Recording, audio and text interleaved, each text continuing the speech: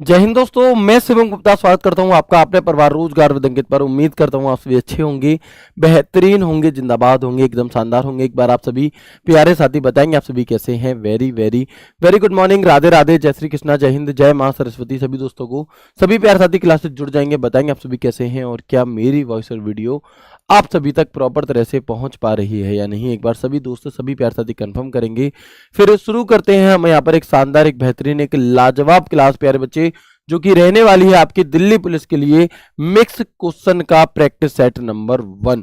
और ये practice set number 1 आपके लिए एक शानदार, आपकी तैयारी में 4 चांद लगाने का काम करेगा। आप कहेंगे सर भैया पिछले वालों ने नहीं लगाए थे क्या 4 चांद? उन्होंने भी लगाए थे, ये और ज्यादा ऐसे क्या है अच्छा कर रहा होगा। आप यहां पर देखेंगे कि अभी तक हमने जो प्रैक्टिस की वो हमने एक आपका चैप्टर वाइज प्रैक्टिस की थी। जब हम चैप्टर वाइज प्रैक्टिस कर रहे होते हैं तो चीजें थोड़ी आसान लगती हैं, क्योंकि एक सवाल हमने अभी अभी किया है, उसी के जैसा दूसरा आएगा, उसी के जैसा तीसरा, तो वहां पर कर पाना बहुत बड़ी बात नहीं है। आप कर सकते हैं, लेकिन वो रिवीजन के लिए जरूरी भी था। बट अब आप यहां पर देख रहे होंगे कि अब हम यहां पर मिक्स प्रैक्टिस करने वाले हैं, क्योंकि पेपर में भी क्या आने वाला है, मिक्स ही हमारा आने वाला है। तो हमारा दिमाग कितनी स्पीड में स्विच करता है चीजों पे। एक तरफ एमएस वर्ड का क्वेश्चन है, एक तरफ इंटरनेट का क्वेश्चन है, एक तरफ एक्सेल का क्वेश्चन है, एक तरफ शॉर्टकट की, एक तरफ फॉर्मूला है। क्या हमारा दिमाग इसलिए तैयार है कि हम बहुत स्पीड में चीजों को स्विच कर पाए? तो उन सभी चीजों के लिए एक मिक्स प्रैक्टिस सेट के द्वारा हमारी प्रैक्टिस होना बहुत जरूरी होता है। तो वो प्रैक्टिस सेट लेकर के मैं आप सभी के सामने हाजिर हूं। इन प्रैक्टिस सेट में कुछ खास है जो कि अभी तक YouTube पर कभी भी नहीं हुआ। ऐसा क्या खास है भैया? तो प्यारे बच्चे, आप सभी ने सुना होगा कि अब जो दिल्ली पुलिस का पेपर होगा या एसएससी का जो पेपर होगा, उसमें पेपर 15 मिनट पहले बना करेगा। 15 मिनट पहले कैसे बनेगा भैया? तो उसमें आपने सुना होगा कि एआई के द्वारा पेपर बनाया जाएगा, आर्टिफिशियल इंटेलिजेंस का प्रयोग करके पेपर बनाया जाएगा। तो बहुत सारे बच्चों के कमेंट थे, चिंतित थे कि सर एआई के द्वारा पेपर बनेगा तो क्या पेपर बहुत कठिन बन जाएगा? पेपर आखिरकार कैसा बनेगा, कैसे क्वेश्चन पूछेगा, है ना, क्या हमने पढ़ा उससे बाहर से भी कुछ आ जाएगा? तो आप निश्चिंत हो जाइए उस सभी चीज के लिए, क्योंकि एआई जनरेटेड क्वेश्चन भी हम अपनी इस क्लास में रखने वाले हैं। मैं किस तरह से यहां पर चीजों को लेकर के चलूंगा ये मैं आपको बताऊंगा। पहले आप देखेंगे कि यकीन series, constable, AW, TPO, HCM, BSF, HCM, जिस भी एग्जाम में कंप्यूटर आता है हर एक बच्चा इस क्लास को ले सकता है। ठीक है, प्रैक्टिस सेट नंबर 1 है, धुआंधार प्रैक्टिस करेंगे और आप देखोगे कि इन प्रैक्टिस सेट के माध्यम से आप अपने पेपर में पूरे में से पूरे क्वेश्चंस पा रही होगी। आपने बैच पढ़ा है बहुत अच्छे से, बहुत अच्छी बात है। जिन बच्चों ने बैच नहीं भी ले पाए हैं और उन्हें एक अच्छी प्रैक्टिस करनी थी, बच्चे यहां इससे बेहतर कुछ भी नहीं मिलेगा आपको। यहां पर एक लाइन मैंने लिखवाई है, विद एआई जनरेटेड क्वेश्चंस। आप देख सकते हैं यहां मेरे हाथ में एआई भी छपा हुआ है, तो एआई के द्वारा मैंने खुद क्वेश्चन जनरेट किए हैं। हम यहां पर चीजों को कैसे लेकर के चलेंगे वो मैं एक बार आपको बता दूं।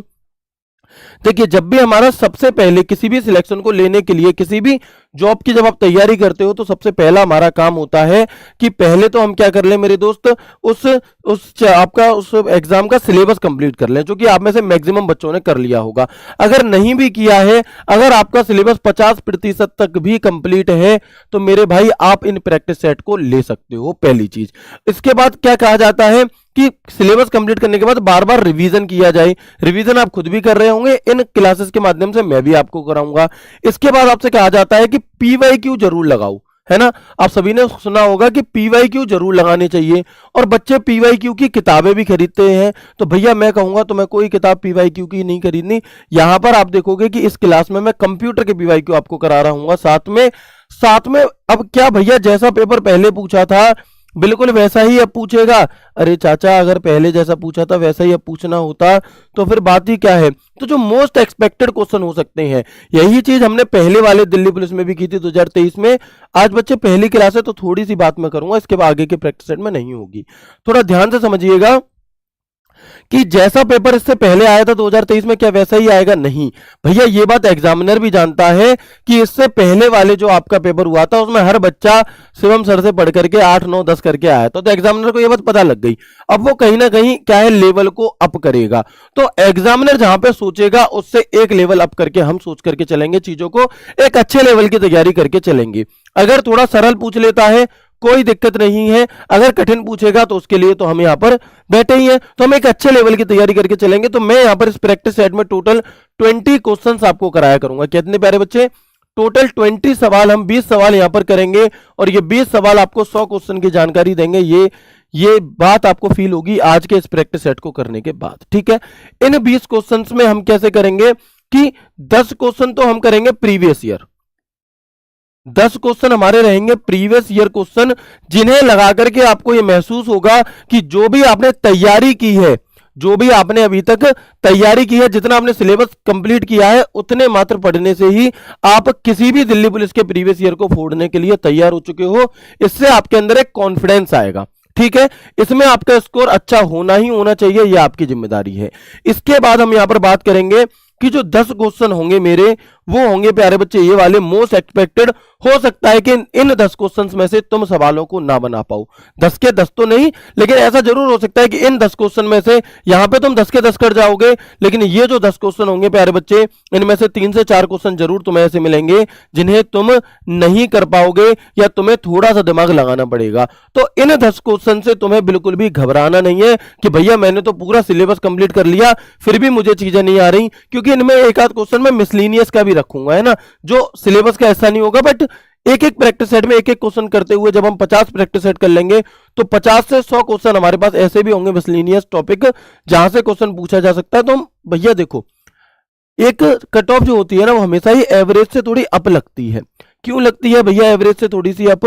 क्योंकि सभी बच्चा तो एवरेज होता है, तो मेहनत जो बच्चा एवरेज से थोड़ी ज्यादा करेगा सिलेक्शन उसका होगा। ठीक है ना, तो इस बात को आपको यहां पर ध्यान रखना है। हमारे टोटल 20 क्वेश्चन होंगे, 20 क्वेश्चन होंगे प्रीवियस ईयर क्वेश्चन, और प्रीवियस ईयर में भी मैं ऐसा नहीं करूंगा कि 2023 वाले ही लूं। Delhi police SCM, Delhi police AWTP, Delhi police 2020 और 2023, इन सभी पेपर को मैं रोज देखता हूं। जो क्वेश्चन रिपीट होंगे, जो क्वेश्चन बहुत सरल होंगे, क्योंकि मैंने आपको पढ़ाया है तो मुझे पता है कि आप कौन सा क्वेश्चन बना पाओगे कौन सा नहीं। तो जो क्वेश्चन बिल्कुल लुल्लू होगा कि भैया कंट्रोल सी शॉर्टकट की काय की होती है, मैं उस क्वेश्चन को प्रीवियस ईयर में नहीं लेकर के आऊंगा। लेकिन जो क्वेश्चन मुझे अच्छे स्तर का लगेगा वो क्वेश्चन हम यहां पर ले रहे होंगे। साथ में हम अपने most expected question AI generated और खुद अपने द्वारा बनाए गए लेंगे। ठीक है, तो ये तो हो गई हमारी प्लानिंग की किस तरीके से हम इन प्रैक्टिस सेट को करने वाले हैं और कितना कुछ खास आपको इसमें मिलने वाला है। अब हम यहां पर बात करते हैं कि बाद में पछतावा करने से अच्छा है एक बार जी जान लगाकर कोशिश कर ली जाए, है ना। कितनी प्यारी बात है कि बाद में पछतावा करने से अच्छा है कि एक बार जी जान लगाकर कोशिश कर ली जाए। बच्चे, जब हम तैयारी कर रहे होते हैं किसी भी एग्जाम की तो हमें लगता है कि अरे अभी बहुत टाइम है, हो जाएंगी चीजें, बट जैसे जैसे समय पास आता है तो वो हमारे डर में हमें लगने लगता है, और फिर उस डर के कारण हम कहीं ना कहीं चीजें नहीं कर पाते, या पेपर होने के बाद हम ये सोचते हैं कि अरे मैं थोड़ी और कोशिश कर लेता तो मेरा हो जाता। तो बाद में पछताने से बच्चे सिर्फ पछतावा रह जाता है, जिंदगी भर का मलाल हमारे हाथ में रह जाता है। आप में से सभी बच्चे के मम्मी पापा चाहते होंगे कि मेरा लाला मेरी लाली जल्दी से जल्दी इस बार कैसे भी करके सिलेक्शन ले ले एक बार, है ना। लेकिन हम क्या सोचते हैं कि अरे हो जाएंगी चीजें, हो जाएंगी। एक चीज सोचो, बचपन से हमने सभी चीजों के सपने देखे। किसी ने सोचा मैं गाड़ी लूंगा मम्मी पापा के लिए, किसी ने सोचा मैं घर बनवाऊंगा, किसी ने सोचा मैं मम्मी को अंगूठी गिफ्ट करूंगा, साड़ी गिफ्ट करूंगा। तो बच्चे, एक क्वेश्चन आप अपने आप से पूछना कि अभी नहीं तो कब? भाई, अब आपकी वो उम्र हो चुकी है जब आप ये जिम्मेदारियां उठाओ और पूरा जितना भी एफर्ट्स आपके अंदर है, जितनी भी ताकत अपने अंदर है, उस पूरी ताकत को आपको इस बार झोंक देना है। और बहुत अच्छा मौका है, सुनहरा मौका है, वैकेंसी भी आपकी बढ़ चुकी है, आपको पता होगा। तो प्यारे बच्चे, मौका जाने नहीं देना है ना। पूरी ताकत अपनी लगा दो, जितनी ज्यादा मेहनत हो सकती है उन मम्मी पापा के लिए जिन्होंने तुम्हारे लिए दिन रात मेहनत की, उनके लिए तो बच्चे इतना सा तो बनता है ना। ठीक है, अब हम शुरू करते हैं यहाँ पे अपनी क्लास को बिना किसी देरी के।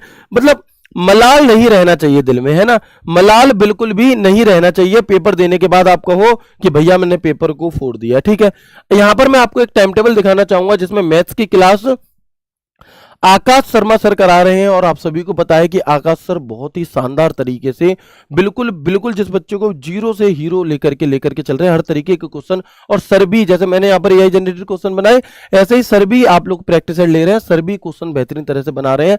तो आकाश सर का practice set, Rahul Sharma sir का प्रैक्टिस सेट, जीएस के प्रैक्टिस सेट, ये दिल्ली पुलिस कांस्टेबल एससीएम एडब्ल्यूटीपी में कॉमन प्रैक्टिस सेट है ना। और ये क्या है कि इनके 50-50 प्रैक्टिस सेट कंप्लीट होने वाले हैं।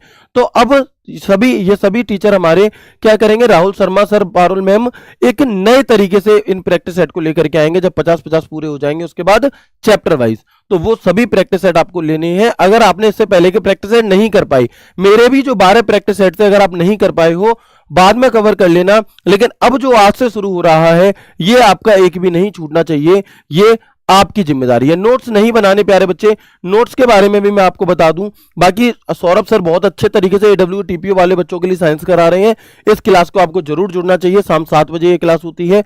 ड्राइवर वाले बच्चों के लिए रंजन सर का प्रैक्टिस सेट और एचसीएम वाले बच्चों के लिए इंग्लिश का Vipin Bhati sir practice set ले रहे हैं। आप सभी इन प्रैक्टिस सेट को देख रहे हैं और देखते रहिए, ठीक है।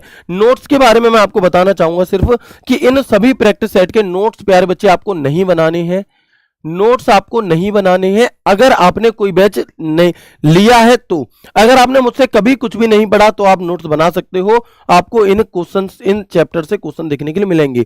लेकिन जिन बच्चों ने कोर्स खरीद रखा है, जिन लोगों ने बुक खरीद रखी है, जिन लोगों ने मुझसे चीजें पढ़ रखी हैं, उन्हें ऐसा कुछ भी नोट्स बनाने की जरूरत नहीं है।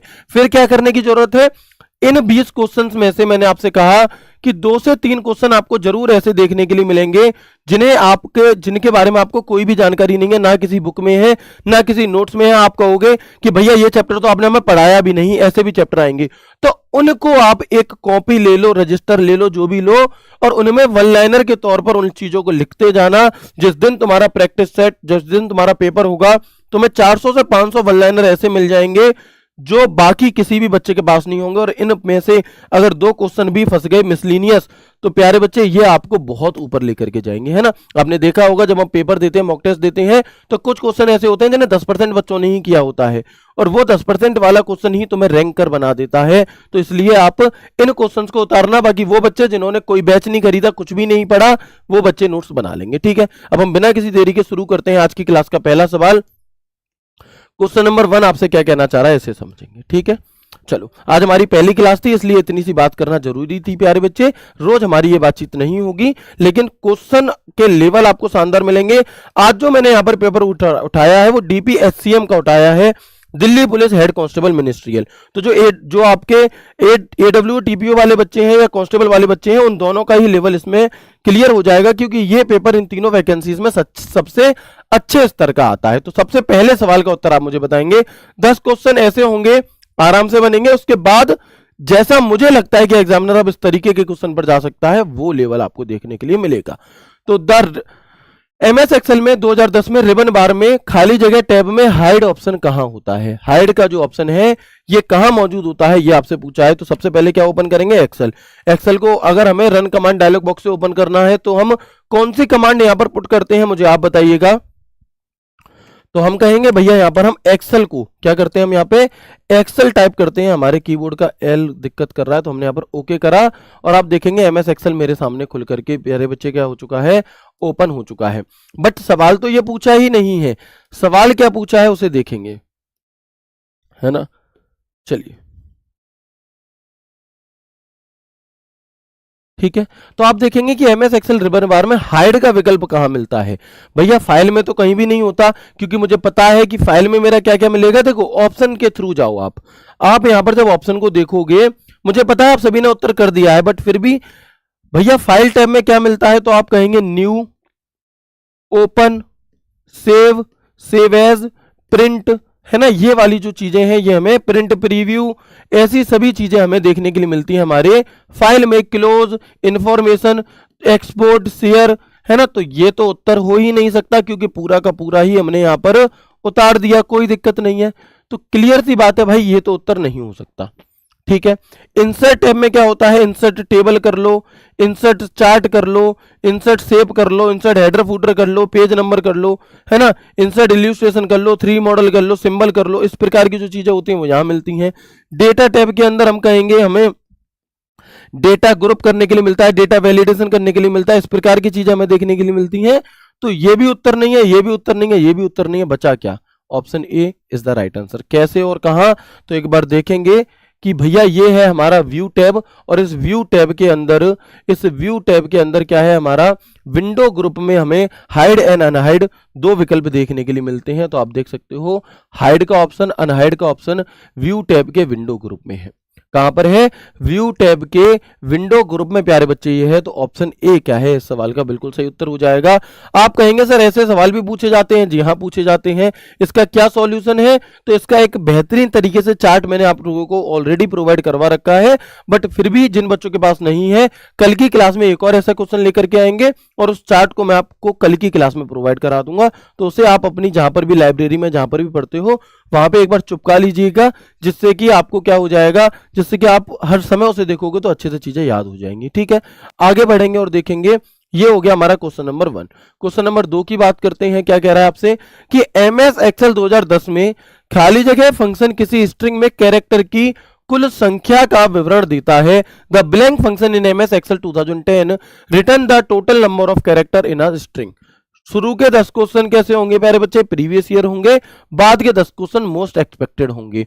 बाद के 10 क्वेश्चन में आपको करके जरूर लगेगा कि हाँ इसमें जान डाली गई है, और वो 10 क्वेश्चन आपको कितना भी कठिन पेपर पूछ लिया जाए एक अच्छे लेवल की तैयारी करा रहा होगा, है ना। तो बताइएगा आप मुझे यहाँ पे कि एमएस एक्सेल 2010 में क्या कह रहा है, किसी फंक्शन किसी स्ट्रिंग में कैरेक्टर की कुल संख्या, कैरेक्टर की कुल संख्या। आप लोग कंफ्यूज हो जाते हैं। देखो आता सबको सब कुछ है, समझिए पढ़ा सबने है, लेकिन लैंग्वेज हमें कंफ्यूज कर देती है, और वो हमें कंफ्यूज ना करे उसके लिए हम क्या करेंगे। अच्छा, मैं आपको बताना चाहूंगा कि जितने भी बच्चे ऑप्शन ए आंसर लगा रहे हो ना भाई मेरे, आप सभी गलत हो। ठीक है, अब आप देखो क्या हो सकता है, उत्तर ए तो नहीं है ना। जैसे आप लोगों ने देखा होगा कौन बनेगा करोड़पति में क्या था कि एक भैया एक ने फोन करा बहुत होशियार जने को कि भाई बताना इनमें से कौन सा ऑप्शन होगा, है तो वो कहता है कि बी और डी, मतलब सी और डी, बी तो बिल्कुल नहीं हो सकते, ए डी में से लग रहा है। और जब उसने 50-50 करा तो पता चली कि जो जो उसने बताए थे वही दोनों गलत थे। ठीक है, तो यहां पर आपका जो ए आप बता रहे हो वो प्यारे बच्चे गलत है, बी भी गलत है, और डी तो हो ही नहीं सकता। फिर क्या हो जाएगा मेरे भाई, लेन हो जाएगा, लेन। ये कैसे हो गया, ये क्या हुआ, तो समझेंगे, है ना। आप यहां पर देखेंगे कि भैया जो लेन फॉर्मूला होता है इसकी फुल फॉर्म होती है मेरे भाई लेंथ। क्या होती है, लेंथ। ठीक है, इसका काम क्या होता है, तो जैसे मैं यहां पर फॉर्मूला लगाता हूं इजिकल टू लेन, और मैंने यहां लिखा टारगेट दिल्ली पुलिस, या टारगेट डीपी लिख दिया। ठीक है, आप मुझे बताएंगे कि इस सवाल का उत्तर प्यारे बच्चे क्या होगा। ठीक है ना, तो आप यहां पर क्या कहेंगे, आप यहां पर कहेंगे भैया 1 2 3 4 5 6 7 8, 8 हो जाएगा। जी नहीं, क्यों नहीं होगा, क्योंकि याद रखना जो लेन का फॉर्मूला होता है, तो हम यहां लिख देंगे कि लेन का फॉर्मूला स्पेस को भी काउंट करता है, स्पेस को भी काउंट करता है। ठीक है मेरे भाई, काउंट करता है। कोई दिक्कत परेशानी समस्या नहीं है, बिल्कुल भी नहीं है। आप सभी के मन में एक सवाल चलता रहता है, उसका जवाब मैं दे देता हूं, रोज रोज नहीं दे पाऊं शायद, कि क्या सर आज से भी मैं डेडिकेटेड होकर के तैयारी करूं तो मेरा सिलेक्शन हो जाएगा। मैं कहता हूं कि जी हाँ, तुम आज से भी अगर डेडिकेटेड होकर के तैयारी करोगे तो हो जाएगा। लेकिन समस्या यह है कि तुम सोचते बहुत कुछ हो, तुम करते कुछ नहीं हो। अगर तुम आज भी अगर डेडिकेटेडली तैयारी करोगे तो तुम यकीन मानो कि तुम सिलेक्शन ले जाओगे, और अगर तुम्हें लग रहा है कि तुम नहीं ले पाओगे तो तुम देखोगे सम्मान समारोह में कि बहुत सारे बच्चे ऐसे मिलेंगे कि भैया मैंने तो सितंबर में ही तैयारी शुरू करी थी और मैं 2 महीने की तैयारी में ले गया। ठीक है, ऐसा इस बात से बिल्कुल नहीं डरना कि इससे पहले दिल्ली पुलिस हुआ था उसमें फाइनल में लोगों के 85 नंबर थे और वो इस बार रह गए, वो ही सारी सीट ले जाएंगे, ऐसा नहीं होता बच्चे। जो सफलता है वो सिर्फ मेहनत मांगती है। अगर आप लगातार मेहनत कर रहे हैं, तुम्हारे तब 85 आए थे अच्छी बात है, लेकिन इस बार भी आ जाए ऐसा जरूरी नहीं है। तो तुम्हें भी लगातार मेहनत करनी है। जिनके पुराने जो चावल हैं और जो नए हैं उन्हें भी मेहनत करनी है। मेहनत तुम्हें लगातार करनी पड़ेगी। ज्यादा सक्सेस वो होती है जो एंड टाइम पर मेहनत की जाती है। आपने 4 महीने पहले कोई काम करा और फिर बीच में छोड़ दिया तो उससे बहुत अर्थ नहीं निकल करके आता। ठीक है, तो ये क्या हो जाएगा हमारा ऑप्शन सी इस सवाल का सही उत्तर हो जाएगा। एक बार मैं आपको दिखाना भी चाहूंगा, यहाँ पे थोड़ा बड़ा प्रैक्टिस सेट होगा, जरूरी नहीं है कि 40 मिनट 1 घंटे 50 मिनट का ही हो, अच्छे से करेंगे क्योंकि 2 ही प्रैक्टिस सेट अभी हमारे हो रहे हैं। आप सभी की डिमांड भी है कि सर इसे डेली कर दीजिए, बच्चे डेली भी किया जाएगा, पर थोड़ा सा सिलेबस आप लोग अपना कंप्लीट कर लो। अभी मैंने यहाँ पर लिखा, देखो जैसे कि मैंने यहाँ पर एक जगह लिखा target Delhi police constable HCmAWOTPO। देखो एक सेल में मैंने कितना बड़ा डेटा लिख दिया।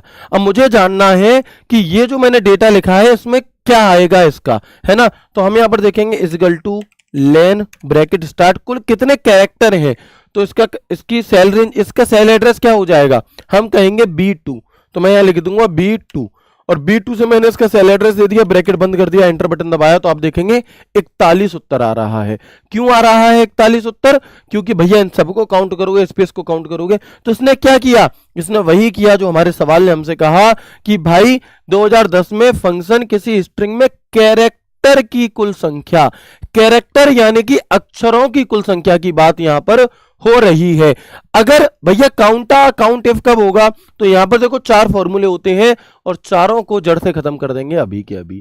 क्या है भैया, एक होता है काउंट का फॉर्मूला, एक होता है प्यारे बच्चे काउंटा का फॉर्मूला, एक होता है काउंट इफ का फॉर्मूला, और एक होता है प्यारे बच्चे काउंट ब्लैंक का फॉर्मूला। कौन सा, काउंट ब्लैंक का फॉर्मूला। तो आप यहां पर देखेंगे कि जो ये काउंट का फॉर्मूला है ये दी गई रेंज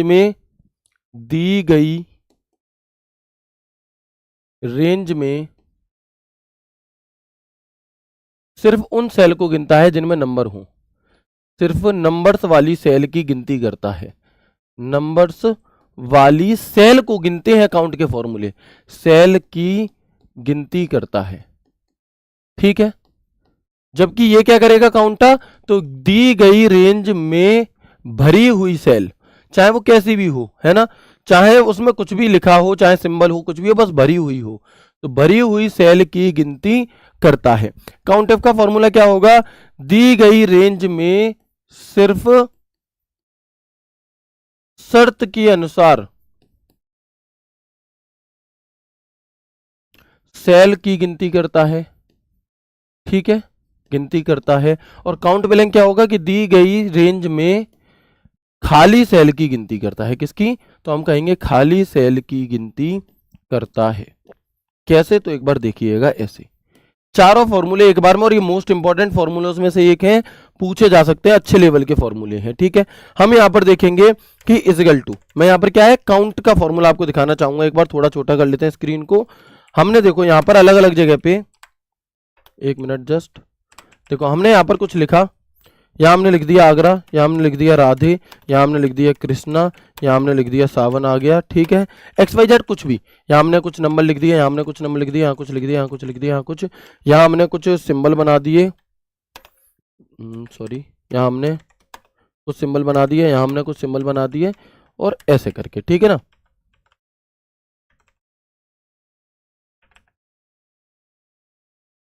दिख रहा है आप सभी को, यस और नो करके बताएंगे मुझे एक बार सभी दोस्त। तो यहां पर हमने कुछ इतने एरिया में ऐसे डेटा फिल किया है, ओके। अब मैंने क्या किया कि दिखाई दे रहा है आप क्लियरली, वेरी गुड।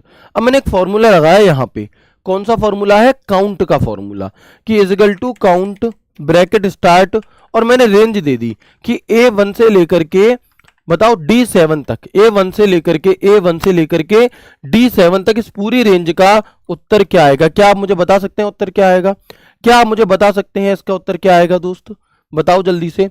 तो आप यहां पर क्या कहेंगे कि काउंट का फॉर्मूला है, और काउंट का फॉर्मूला क्या काम करता है, सिर्फ उन सेल की गिनती करके हमें देता है जिनमें ओनली नंबर्स लिखे हों। तो आप कहेंगे मेरे भाई यहां पे कि 1 2 3 4 5 6 7, 1 2 3 4 5 6 7, सिर्फ 7 सेल ऐसी हैं जिनमें ओनली नंबर थे, तो 7 इस सवाल का उत्तर हो गया, ठीक है। अगला क्वेश्चन आप देख भी सकते हो, यहां पर 7 आंसर आ रहा है हमारा, ठीक है ना। अगला क्वेश्चन देखो, अगर मैं यहीं पे क्या कर दूं मेरे भाई, अगर मैं यहीं पे इसी फॉर्मूले को काउंट की जगह काउंटा कर दूं, बस एक ए बढ़ा दूं, ए बढ़ा दिया, काउंटा कर दिया, अब इसका उत्तर क्या आएगा मुझे कौन बताएगा, बताओ चलो। अब इस सवाल का जो उत्तर है प्यारे बच्चे वो क्या आ जाएगा, बताना एक बार। काउंटा लगाने से हमारा क्या होगा यहां पे, बताओ।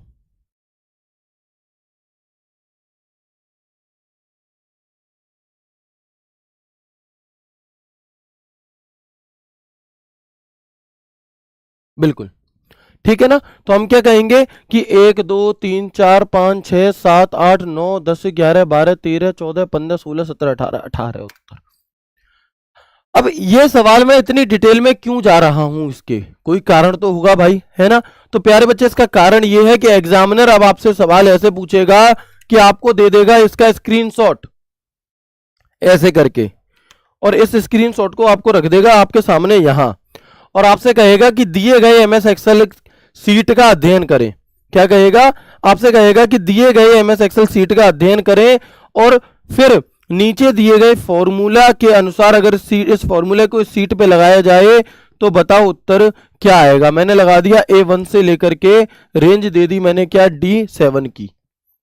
इसका उत्तर क्या आएगा? ऐसे सवाल अब पूछे जाने की संभावना है। आज तारीख है हमारी कितनी, 12 जुलाई 2025। पेपर होगा तुम्हारा नवंबर दिसंबर में जाकर के। तुम देखना कि ऐसा सवाल तुम्हें जरूर मिल सकता है ना। तो अच्छे लेवल की तैयारी हम यहां पर करेंगे। कितने खाली हैं जी? सिर्फ खाली डिब्बे गिनने, 1 2 3 4 5 6 7 8 9 और 10। तो इस सवाल का उत्तर क्या हो गया हमारा? 10 हो गया। कोई दिक्कत परेशानी समस्या बिल्कुल भी नहीं है, बेहतरीन तरह से चीज हमें समझ में आ चुकी है। ठीक है, एक फॉर्मूला और रह गया दोस्त, काउंट इफ का। काउंट इफ का फॉर्मूला भी देखते हैं क्या करेगा। इक्वल टू काउंट इफ लगाया मैंने यहाँ पे, ब्रैकेट कर दिया स्टार्ट, ठीक है, और मैंने रेंज दे दी सबसे पहले तो, ठीक है ना। अब मुझे इसमें क्या चाहिए, कॉमा मुझे इसमें चाहिए, या मैंने यहां पर क्या कर दिया, 500 से बड़े नंबर कितने हैं ये जानना है, तो मैंने ग्रेटर देन 500 कर दिया। एक मिनट रुकेंगे, सॉरी, एक मिनट रुकिए, इसे हम इसमें थोड़ा सा डेटा चेंज कर लेते हैं। हाँ, अब देखते हैं। 67, चलो मान लो मैंने यहाँ पर फॉर्मूला लगाया equal to count if, bracket start और रेंज दे दी मैंने पूरी, और फिर आपसे यहाँ पर क्या कहा गया है, कॉमा। मैं चाहता हूं कि मुझे ये जानना है कि 67 नंबर कितनी जगह लिखा है, कॉम ब्रैकेट बंद। तो इस पूरी रेंज में बताओ 67 कितनी जगह लिखा है, 1 2 3। तो इस पूरे में से इसका उत्तर क्या आ जाएगा, 3 आ जाएगा। तो ये काउंट इफ कोई कंडीशन जब हम दे रहे होते हैं, उस कंडीशन को फुलफिल करने का काम, उन सेलों को गिनने का काम करता है। 2 सवाल हमने यहां पर किए हैं, लेकिन एकदम बेहतरीन तरीके से। सम का फॉर्मूला जोड़ने के लिए होता है, सब जानते हो। क्वेश्चन नंबर 3 पर चलते हैं, देखेंगे क्या होगा कि एमएस एक्सेल 2010 में खाली जगह फंक्शन केवल वर्तमान सिस्टम दिनांक प्रदान करता है, ओनली ऑन आज की डेट प्रदान करता है। बताएंगे क्या होगा उत्तर, ठीक है, बताएंगे एक बार जल्दी से प्यारे बच्चे, क्या हो जाएगा मेरे भाई इसका सही उत्तर। चलो, तो सिर्फ आज की डेट की बात हो रही है ना। तो क्या है कि आज की रात जरा प्यार से क्लास ले ले, है ना। चलो देखते हैं, हम यहां पर देखेंगे इक्वल टू, अगर मैं फॉर्मूला लगाता हूं नाव का, दिखाई दे रहा है, अगर मैं यहां पर नाव का फॉर्मूला लगाता हूं मेरे दोस्त, equal to now, bracket start bracket बंद, और जैसे ही हम यहां पर एंटर बटन दबाते हैं तो नाव का फॉर्मूला लगाने से तो डेट एंड टाइम आता है, दोनों चीजें आती हैं। लेकिन यदि मुझे क्या करना है, सिर्फ आज का डेट देखनी है, तो equal to today bracket start bracket बंद मैं यहां पर करूंगा, एंटर बटन दबाऊंगा, तो आज की डेट आएगी, equal to today bracket start bracket बंद ओनली ऑन आज की डेट। ठीक है, तो क्या हो जाएगा हमारे सवाल का सही उत्तर, टुडे हो जाएगा। और जब आपसे कहा जाए कि सिर्फ आज की डेट हमें जाननी है, तो हम क्या, सॉरी, डेट एंड टाइम दोनों, तो हमारा प्यारे बच्चे उत्तर होगा नाउ। कोई दिक्कत परेशानी समस्या नहीं है, ठीक है। इस सवाल में इतना ही, आगे बढ़ते हैं next question, question number 4। Question number 4 देखेंगे, बताएंगे। ये उन बच्चों के लिए, ये 10 जो शुरू के क्वेश्चन है, एक मोटिवेशन का काम करेंगे, क्योंकि अगर आपने इससे पहले कोई भी पेपर वगैरह नहीं दिया है, तो आप यहां पर देखो कि प्यारे बच्चे, कि अगर आपने इससे पहले कोई भी पेपर किसी भी प्रकार का नहीं दिया है, ठीक है ना, तो आप यहां पर क्या कर सकते हैं, इन प्रैक्टिस सेट को लगा करके आपको ये महसूस होगा कि ये सभी आए हुए सवाल हैं, और अगर आप इन्हें कर पा रहे हो तो आप समझ जाओ कितना बेहतरीन आप कर रहे हो। ठीक है ना, चलो वेरी गुड, बता देंगे क्या होगा आंसर हमारा।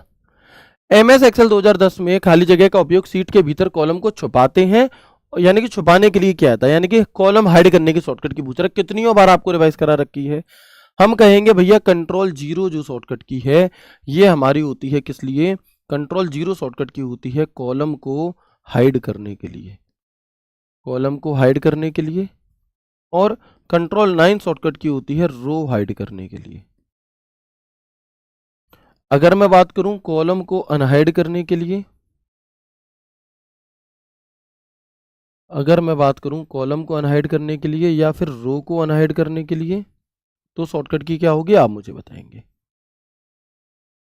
तो शॉर्टकट की क्या होगी, तो याद रखना कंट्रोल प्लस शिफ्ट प्लस 0 होती है, ठीक है। और ये क्या है हमारा, कंट्रोल प्लस शिफ्ट प्लस 9 होती है, कंट्रोल प्लस शिफ्ट प्लस 9 होती है, ठीक है ना। इसके अलावा एक और जुगाड़ होती है चीज़ों को अनहाइड करने की, इसके अलावा एक और जुगाड़ होती है चीज़ों को अनहाइड करने की, तो वो क्या है भैया, कि जैसे मान लो मैंने यहाँ पर कुछ डेटा बनाया है और मैं चाहता हूँ कि जो ये सी वाला कॉलम है जिसमें ये नंबर लिखा है ये हाइड हो जाए, ये क्या हो जाए, हाइड हो जाए, तो मैं कंट्रोल 0 से इसे हाइड कर दूंगा। अच्छा, अब एक चीज ध्यान से देखिएगा कि जब हम किसी कॉलम को हाइड करते हैं ना, तो उसकी जो कॉलम की हेडिंग होती है वहां पर दो लाइन दिखने लगती हैं। क्या आपको ये दो लाइन दिखाई दे रही हैं? क्या यहां पर आपको डबल लाइनिंग दिखाई दे रही है? यस और नो करके बताना मुझे एक बार, है ना। तो मैं कहूंगा दिखाई दे रही है। देखो, जबकि डी ई यहां पे एक एक लाइन है, यहां पर दो लाइन है। क्यों? क्योंकि एक तो बी वाली और एक सी वाली। अगर आपको इसे अनहाइड करना है तो आप यहां पर भी डबल क्लिक कर सकते हो और देखो सी वाला वापस आ गया। ये चीज ना तो भैया किसी क्लास में मिलेगी आपको, इस चीज को आप नोट डाउन कर सकते हैं मेरे दोस्त, ठीक है ना। ऐसे ही आप रो को भी कर सकते हो। ओके, अगला सवाल देखते हैं। नेक्स्ट क्वेश्चन, क्वेश्चन नंबर 5 बताएंगे मोजिला फाउंडेशन द्वारा वर्ष किसमें वेब ब्राउजिंग सॉफ्टवेयर विकसित किया गया था। मोजिला मोजिला फायरफॉक्स को जो विकसित किया गया था वो किस वर्ष प्यारे बच्चे आपका किया गया था, ये आपसे यहां पर पूछा है, ठीक है। सर राहुल तेवतिया सर के द्वारा प्रैक्टिस सेट करवा दीजिए। प्यारे बच्चे मैं आपको बता दूं कि राहुल भैया अभी एक बहुत ही शानदार प्रैक्टिस सेट जो मैथ्स के हम कह सकते हैं वो ले रहे हैं रोज शाम को 4 बजे RWA SSC एग्जाम चैनल पर। वो उस पर हेडिंग डली है SSC एग्जाम्स, ठीक है। SSC के लिए वो आपके प्रैक्टिस सेट है, आप उन प्रैक्टिस सेट को प्यारे बच्चे कर सकते हो, है ना। सब भैया कराएंगे बाद में प्रैक्टिस सेट, लेकिन अभी अगर आपको करने हैं तो आप वो उन प्रैक्टिस सेट को कर सकते हो। आप देखोगे कि एक शानदार तरीके से आपकी यहाँ पर तैयारी हो रही होगी, चाहे HCM हो, चाहे AWTP हो, चाहे दिल्ली पुलिस कांस्टेबल हो, हर एक बच्चा उस प्रैक्टिस सेट को ले सकता है। तो आप उन्हें जरूर जरूर कीजिएगा, मतलब एक अलग लेवल के नए नए कॉन्सेप्ट चीजें आपको वहां पर देखने के लिए मिल जाएंगी, ठीक है। तो राहुल भैया की उस क्लास से आप जुड़ सकते हो शाम 4 बजे RWA SSC एग्जाम चैनल पर, ठीक है मेरे भाई। चलो, जरूरी नहीं है लाइव देखो, रिकॉर्ड देखना चाहो रिकॉर्ड देख लो, जैसे आपको ठीक लगे, लेकिन वो काफी हेल्पफुल क्लास आपके लिए रहेंगी, है ना। बिल्कुल, आगे बढ़ेंगे, देखेंगे कि मोजिला फाउंडेशन द्वारा 2002 में, कब, 2002 में इसे आपका विकसित किया गया था, ठीक है। मोजिला कंपनी का कौन सा था, कौन सा वेब ब्राउजर है मोजिला कंपनी का, बताएंगे। 3 नहीं है। मोजिला कंपनी का कौन सा वेब ब्राउजर है बता दो मुझे। अब हम यहां पर देखेंगे जो ये 2003 में कौन सा था, तो एप्पल कंपनी का जो सफारी है ना, एप्पल सफारी, जो एप्पल कंपनी का हमारा सफारी है, एप्पल सफारी, इसे आप कर सकते हो, ठीक है। एप्पल सफारी को प्यारे बच्चे आप यहां पर कर सकते हो। तो मोजिला का कौन सा है, फायरफॉक्स है। मोजिला का कौन सा है प्यारे बच्चे, फायरफॉक्स है, ठीक है। आप मुझे बताएंगे गूगल क्रोम किस वर्ष आया था। गूगल क्रोम जो है हमारा, ये प्यारे बच्चे किस वर्ष आया था, बताएंगे एक बार। गूगल क्रोम किस वर्ष लॉन्च हुआ था। साथ ही साथ आप मुझे बता दो इंटरनेट एक्सप्लोरर किस वर्ष लॉन्च हुआ। इंटरनेट एक्सप्लोरर जो है हमारा ये किस वर्ष लॉन्च हुआ, इंटरनेट एक्सप्लोरर वेब ब्राउजर। ये सभी मैं वेब ब्राउजर्स के नाम लिख रहा हूं। तो हम कहेंगे जो इंटरनेट एक्सप्लोरर वेब ब्राउजर है ये प्यारे बच्चे हमारा कब हुआ, 1995 में हुआ। गूगल क्रोम कब हुआ, 2008 में हुआ। माइक्रोसॉफ्ट एड्ज कब हुआ, जो कि माइक्रोसॉफ्ट कंपनी का बाय डिफॉल्ट है, ये किस वर्ष हुआ। तो हम कहेंगे जो माइक्रोसॉफ्ट एड्ज है ना प्यारे बच्चे, जो माइक्रोसॉफ्ट एड्ज है ये हमारा 2015 में लॉन्च हुआ। कब हुआ, 2015 में, है ना। इतनी बार चीजों को पढ़ेंगे, इतनी बार चीजों को पढ़ेंगे कि आप देखोगे कि ये सवाल आपको ऐसे लगेंगे कि आप सोकर उठते पे भी जवाब दे दो, ठीक है ना। और तैयारी बच्चे उसी को ही कहते हैं। ऐसा नहीं होता कि एग्जाम हॉल में बैठ करके सिर खुजा रहे हैं, अपना पंखे की छत को देख रहे हैं, मतलब छत पे लगे हुए पंखे को देख रहे हैं कि क्या हो सकता है इसका उत्तर। भाई उत्तर वहां थोड़ी ना लिखा है, उत्तर तो तुम्हें किताबों में जितना घुसोगे वहां मिलेगा, ठीक है। वेरी गुड, बताएंगे क्या होगा हमारा। क्वेश्चन नंबर 6 क्या कह रहा है, निम्नलिखित में से कौन सा दस्तावेज प्रसंस्करण सॉफ्टवेयर नहीं है। दस्तावेज प्रसंस्करण सॉफ्टवेयर यानी कि डॉक्यूमेंट का सॉफ्टवेयर नहीं है। विच of the following is not a document processing software, यानी कि वर्ड प्रोसेसिंग सॉफ्टवेयर नहीं है, ठीक है। तो हमें पता होना चाहिए। वेरी गुड, बताएंगे notepad, open office Impress, word pad या फिर माइक्रोसॉफ्ट वर्ड। तो देखिए जैसे एमएस वर्ड होता है ना प्यारे बच्चे, ठीक वैसे ही एक होता है हमारा लिब्रे ऑफिस, जो कि ट्रिपल सी वगैरह में पूछा जाता है आपका। अंतर क्या है एमएस ऑफिस और लिब्रे ऑफिस में? बच्चे एमएस ऑफिस में पेड है, ये क्लोज सोर्स सॉफ्टवेयर है, इसके लिए आपको भुगतान करना पड़ता है, जबकि जो लिब्रे ऑफिस है ये पूरी तरह से फ्री ऑफ कॉस्ट है, ये आपका एक ओपन सोर्स सॉफ्टवेयर होता है। जो काम आप एमएस वर्ड में करते हो वैसे ही आप ओपन ऑफिस राइटर में कर सकते हो। तो जैसे एमएस ऑफिस के सॉफ्टवेयर है MS Word, Excel, PowerPoint, ऐसे ही हमारे लिब्रे ऑफिस के सॉफ्टवेयर होते हैं OpenOffice Writer, OpenOffice Calc, OpenOffice Impress. तो आप यहाँ पर देखेंगे जो नोटपैड है ये एक वर्ड प्रोसेसिंग सॉफ्टवेयर है, जो वर्डपैड नोटपैड है ये भी वर्ड प्रोसेसिंग सॉफ्टवेयर है, एमएस वर्ड भी वर्ड प्रोसेसिंग सॉफ्टवेयर है। पर जो ओपन ऑफिस इंप्रेस है ना, ये एक प्रेजेंटेशन सॉफ्टवेयर है। जैसे हम एमएस वर्ड में, एमएस ऑफिस में हमारा क्या होता है, पावर पॉइंट होता है ना, ठीक उसी के बराबर का यहां पर हमारा क्या है, एक ओपन ऑफिस इंप्रेस होता है। भैया एमएस वर्ड के जैसा क्या होगा वहां पे, तो हम कहेंगे एमएस वर्ड के जैसा होता है ओपन ऑफिस काल, open office Writer. OpenOffice writer होता है आपका इसका सगा भाई, यानी कि एक तरह से एमएस वर्ड की तरह। और एमएस एक्सेल के जैसा कौन सा होता है वहां पे, तो हम कहेंगे एमएस एक्सेल के जैसा होता है वहां पे open office Calc, OpenOffice काल्क। क्लियर है? तो यहां से हमें पता चल गया कि ये जो हमारा ओपन ऑफिस इंप्रेस है ये एक प्रेजेंटेशन सॉफ्टवेयर यहां पर हो जाता है। आगे बढ़ेंगे, नेक्स्ट क्वेश्चन की तरफ देखेंगे। क्वेश्चन नंबर 7 क्या कहना चाहेगा आपसे, बताइएगा उत्तर आराम से। कि in MS Excel 2010 blank are named from A on towards and blank are named from 1 onwards. बताएंगे क्या होगा उत्तर, है ना। चलो बच्चे पोल आपको खुद बनाने हैं, है ना। एक भाई कह रहा है सब सभी पोल के लिए बोलो। बच्चे खुद खुद और मतलब सबको भी, सबसे भी काम करवा लो। बच्चे आपको क्या करना है, आपको जब भी आप प्रैक्टिस सेट लगाने बैठो, ना ही सिर्फ मेरा, किसी भी टीचर का प्रैक्टिस सेट लगाने चाहो, आपको पोल के चक्कर में नहीं पड़ना। आपको क्या करना है, आपको खुद का पोल बनाना है। सर खुद का पोल कैसे बनाएंगे? खुद का पोल मतलब अपना खुद का पोल नहीं, अपने हाथों से खुद पोल बनाना है। वो कैसे बनेगा भैया, तो जब भी आप प्रैक्टिस सेट लेने बैठो तो आपको क्या करना है, जैसे कंप्यूटर प्रैक्टिस सेट 1 लिख दिया, इससे आप अपनी चीजों को भी सुधार पाओगे, है ना। कंप्यूटर प्रैक्टिस सेट 1 लिख दिया और यहाँ पे आपने 1 से लेकर के, आपको बताया आज मैं 20 क्वेश्चन कराऊंगा, 20 तक गिनती लिख दी। अब जैसे ही सवाल आया और आपके हिसाब से उत्तर क्या है, बी है, तो आपने बी लगा दिया। अब अगर वो सही हो जाए तो सही लगाओ, गलत हो जाए तो गलत कर दो। तो इससे आप अपने एक परफेक्ट स्कोर निकाल पाओगे। यहां पर जो पोल होता है उससे आप अपना स्कोर नहीं निकाल सकते, और जब तक आपको अपने स्कोर को देख करके खुद में कमी महसूस नहीं होगी, खुद में क्या है, आपको गिलानी फील नहीं होगी कि अरे मेरे तो आज 10 ही सही है, तब तक आप अच्छा नहीं करोगे, है ना। आगे बढ़ते हैं, देखते हैं ये ए से हम किस चीज को डिनोट करते हैं। आप देखो यहाँ पे ये एमएस एक्सेल है, तो जो A B C D E F G H I ये क्या है, ये हमारा प्यारे बच्चे यहाँ पे क्या हो जाएगा, कॉलम हो जाएगा। 1 2 3 4 5 6 ये होती है रो। तो याद रखना ए बी सी डी से हम कॉलम को डिनोट करते हैं और 1 2 3 से हम रो को डिनोट कर सकते हैं, ठीक है ना। पहली रो, अच्छा ये तो हो गई हमारी रो और कॉलम। जो कॉलम होते हैं ये कैसे चलते हैं, तो याद रखना कॉलम होते हैं वर्टिकली,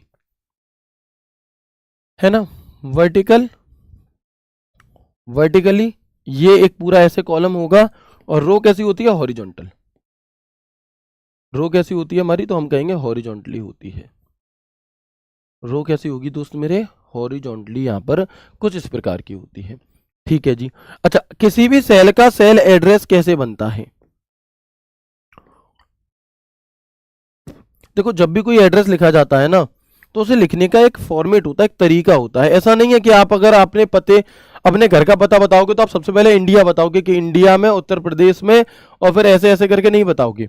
आप क्या करोगे मेरे भाई, आप क्या करोगे यहाँ पे कि सबसे पहले अपना गली मोहल्ला, गली नंबर, मकान नंबर, गली नंबर, मोहल्ला, फिर उसके बाद आपका, आपकी तहसील, कस्बा, फिर शहर, फिर एक फॉर्मेट होता है। तो ऐसे ही हम यहाँ पर देखेंगे सेल एड्रेस में पहले तो नाम आता है कॉलम का, देन नाम आता है रो का।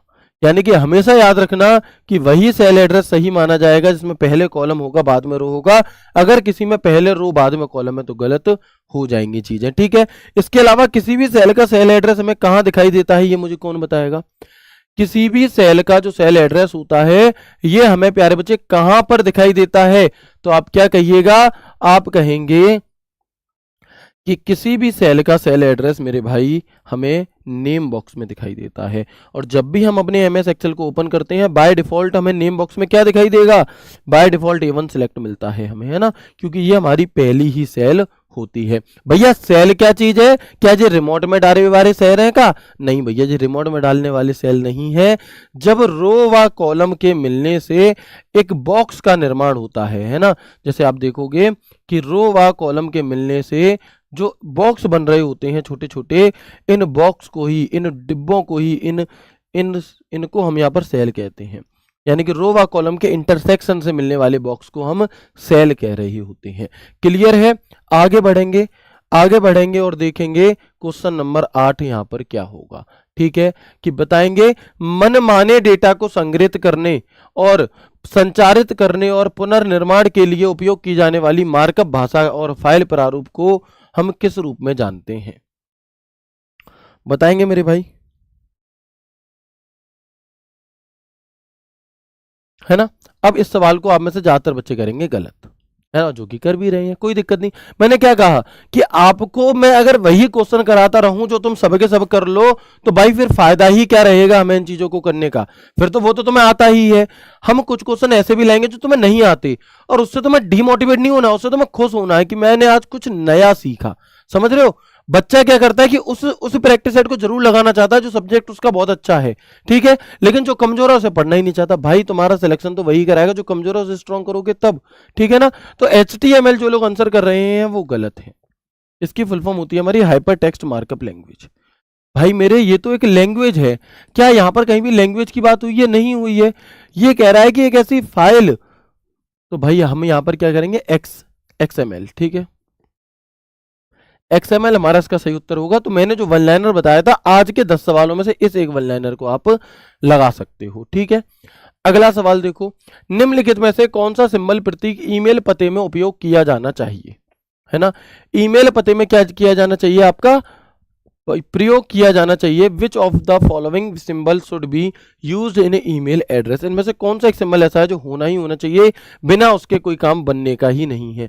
तो हम कहेंगे मेरे भाई कि जो एट द रेट का साइन है ना, एट द रेट, ये होना ही होना चाहिए, बिन इसके कुछ भी नहीं है ईमेल, ठीक है। तो आप देखेंगे भैया शॉर्टकट की याद नहीं हो रही, हाथ जोड़ने वाला इमोजी, तो मेरे भाई शॉर्टकट की याद करने का सिर्फ और सिर्फ एक तरीका है कि बार बार पढ़ो, है ना। मैं पहले भी कई बार कह चुका हूं कि एक बार, अगर एक चीज सोचो, अगर आप किसी व्यक्ति से जीवन में सिर्फ एक बार मिलते हो, या एक बार कभी तुम्हारे पास कोई फोन आ जाता है, तो क्या वो तुम्हें जिंदगी भर याद रहेगा? नहीं। लेकिन तुम जिसे रोज गुड मॉर्निंग भेज रहे हो, तुम उसे कितना भूलना चाह रहे हो, लेकिन तुम उसे भुला ही नहीं पा रहे। कारण कि भाई तुमने उसे इतना ज्यादा रिवाइज किया है, सुबह दोपहर शाम तुम पढ़ाई रहे हो, तुम्हारे दिमाग में ख्याल उसके चल रहे हैं, इसलिए तुम उसे नहीं भूल पाते, ठीक है ना।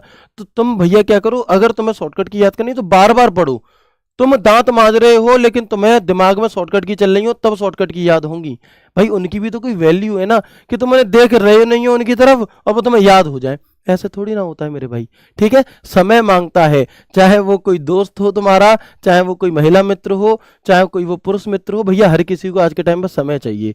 तुम किसे समय दोगे? शॉर्टकट की को, तब तुम्हें जाकर के नौकरी मिलेगी, ठीक है। तो समय दो, हर चीज को समय चाहिए भैया, और समय का अभाव है सबसे ज्यादा, तो समय दो चीजों को, है ना। चीजों को बैलेंस करके समय देना सीखो, नहीं तो इसी चीज की तो लड़ाई है सब जगह।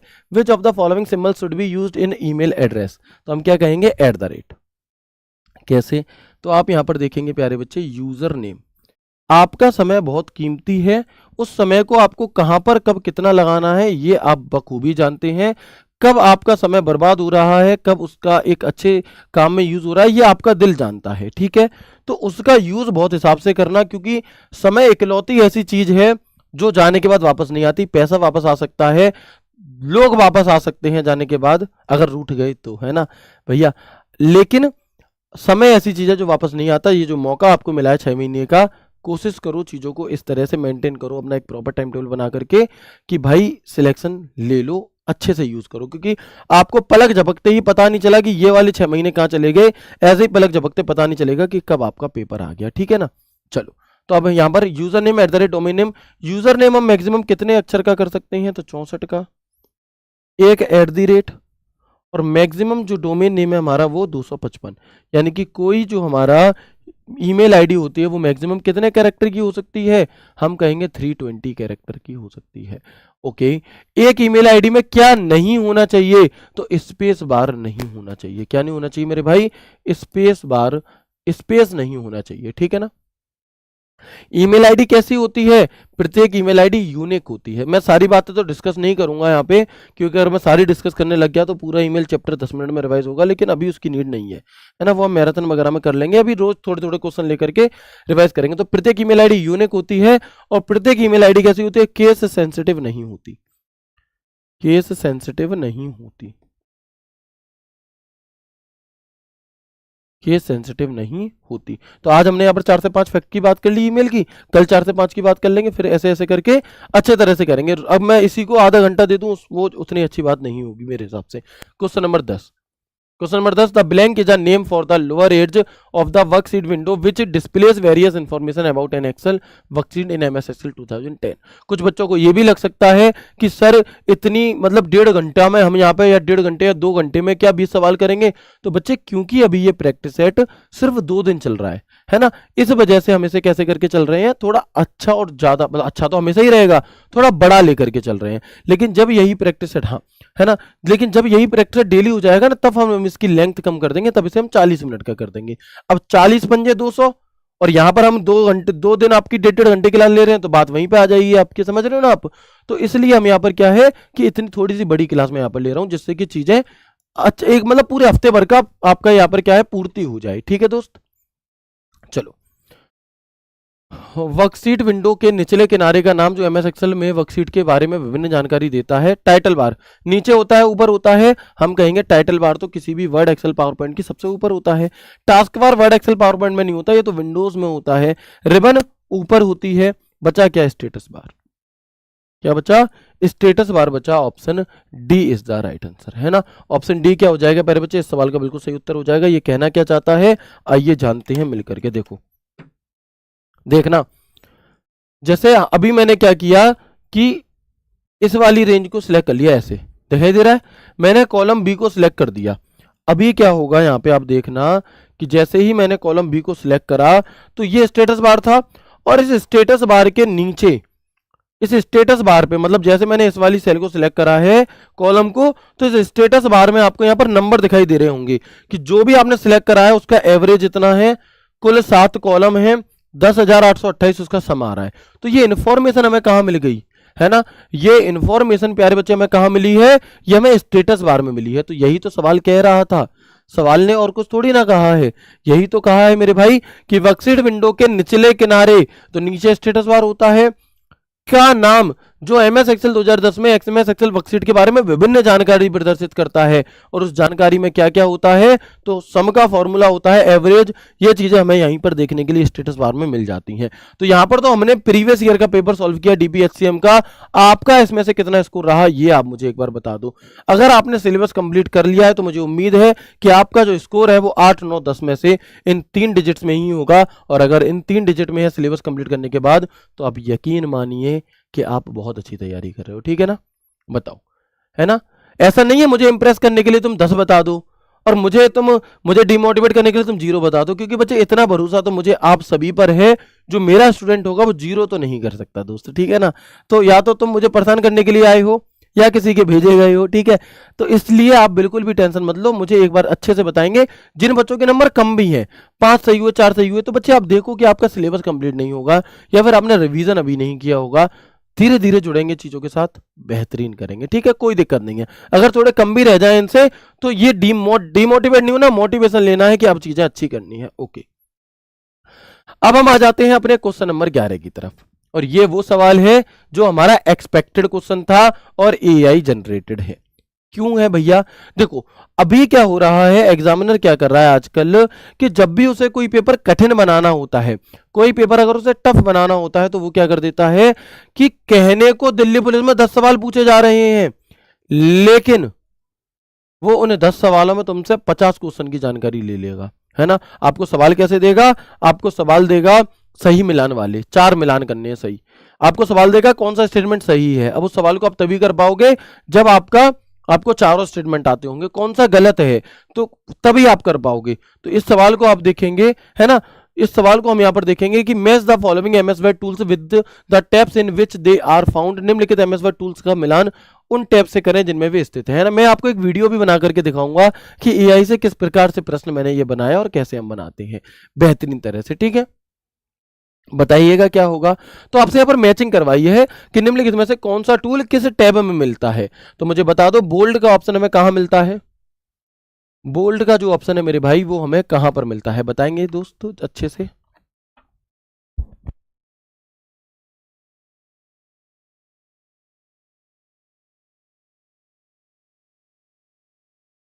ठीक है, तो हम कहेंगे भैया बोल्ड का ऑप्शन होम टैब में मिलता है। पेज ओरिएंटेशन कहां मिलता है, लेआउट टैब में मिलेगा। हेडर फुटर कहां मिलेगा, इंसर्ट में मिलेगा। वर्ड आर्ट कहां मिलेगा, डिजाइन में। वैसे वर्ड आर्ट डिजाइन में तो नहीं होता, हम इसे यहां पर चेंज, अगर देखो अब यहाँ पर हमें ऑप्शन ही नहीं मिल रहा कोई और, तो फिर हमें इसे ये लगाना पड़ेगा है ना, क्योंकि एग्जामिनर ये पुराने वाले के हिसाब से इसने सवाल बना दिया है। अन्यथा हम यहाँ पर एक चेंज कर सकते हैं और इसे वर्ड आर्ट की जगह ना हम यहाँ पर क्या कर देंगे मेरे भाई, यहाँ पर हम कर देते हैं वाटर मार्क, तब ये सवाल ज़्यादा बेहतर बनेगा है ना, क्योंकि पुरानी चीज़ें अब नहीं पूछी जाएंगी तो हमें नए के अकॉर्डिंग ही यहाँ पर चीज़ें देखनी चाहिए। मैं ऐसे कर देता हूँ वाटर मार्क, ओके। अब वाटर मार्क, तो अब हम यहाँ पर क्या बनाएंगे उत्तर कि भैया पहले का तो हो गया तीसरा, ए का हो गया 3, ओके। बी का हो गया 1, बी का हो गया 1, ओके। सी का हो गया हमारा कौन सा 2, सी का हो गया 2 और डी का हो गया 4। तो उत्तर क्या हो जाएगा, ए का 3, ए का 3, बी का 1, बी का 1, सी का 2, सी का 2, डी का 4, डी का 4। Option A is the right answer. कौन सा हो गया मेरे भाई, option A is the right answer. क्या ये सवाल बहुत कठिन था, जी नहीं ये कठिन नहीं था। अच्छा, इन सवालों से नुकसान है तो फायदा भी है। फायदा क्या है, कई बार ऐसा होता है, फायदा ये है मेरे भाई कि कई बार आपको ऐसा देखने के लिए मिलेगा कि सिर्फ एक या दो जानकारी मात्र से ही आप पूरे सवाल को सही कर सकते हो। कैसे कि मैं कहता हूं हेडर फुटर और वाटरमार्क के बारे में आपको नहीं है जानकारी, लेकिन आपको यह पता है कि बोल्ड होम में मिलेगा और पेज ओरिएंटेशन लेआउट में, यानी कि आंसर वो होगा जिसमें शुरुआत 3 और 1 से हो रही हो। तो ऑप्शन ए और बी इसका क्या हो जाएगा, बिल्कुल सही उत्तर हमारे यहां पर हो जाता है।